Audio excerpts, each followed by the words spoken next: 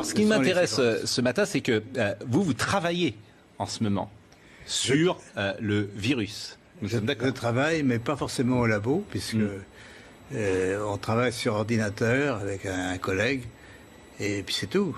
On n'a pas d'expérience, on peut dire, mais l'expérience vient de la maladie elle-même, de toutes les mesures qui sont faites actuellement dans les laboratoires sur les patients.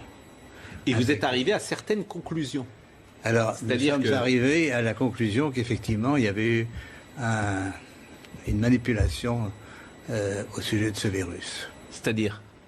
Eh bien, qu'une partie, je ne dis pas le total, n'est-ce pas, mais il y a un modèle qui est évidemment le virus classique, et là, c'était un modèle surtout venant de la chauve-souris, mais à ce modèle, on a par-dessus ajouté des séquences, notamment du VIH, le virus du sida. Mais quand vous dites on a ajouté, qui a ajouté? Moi, je ne sais pas. Mais c'est pas naturel, c'est ce que vous voulez dire? Non, ce n'est pas naturel. C'était un travail de professionnel, un travail de biologiste moléculaire. C'est un travail très minutieux, on peut dire d'horloger, on peut dire au niveau des séquences. Mais dans quel but? Dans quel but, ça, ce n'est pas clair. Moi, j'expose, si vous voulez, mon travail, c'est d'exposer les faits, c'est tout. Je n'accuse personne, je ne sais pas qui a fait ça et pourquoi.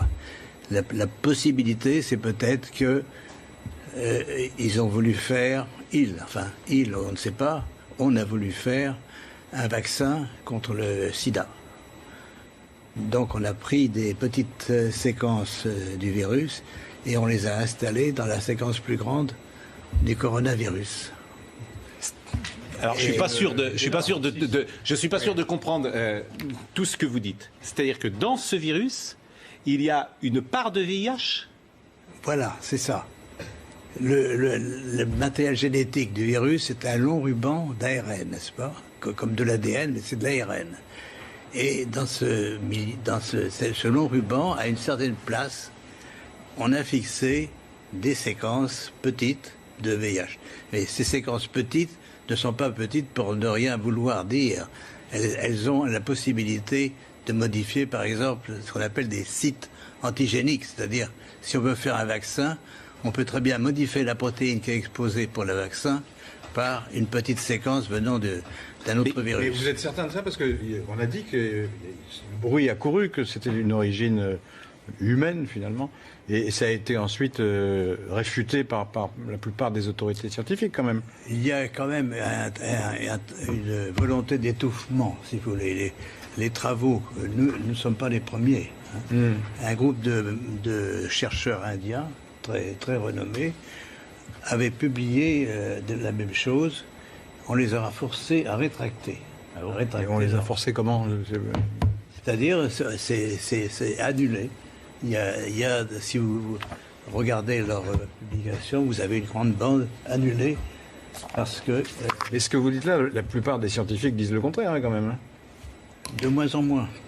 De moins en moins. Si vous voulez, ceci est arrivé au début de cette année et on voit de plus en plus de travaux qui suggèrent, mais moi je suis, on peut dire, hors d'âge. J'ai pris Nobel et je peux travailler librement. J'ai donc aucune pression sur moi qui peut agir.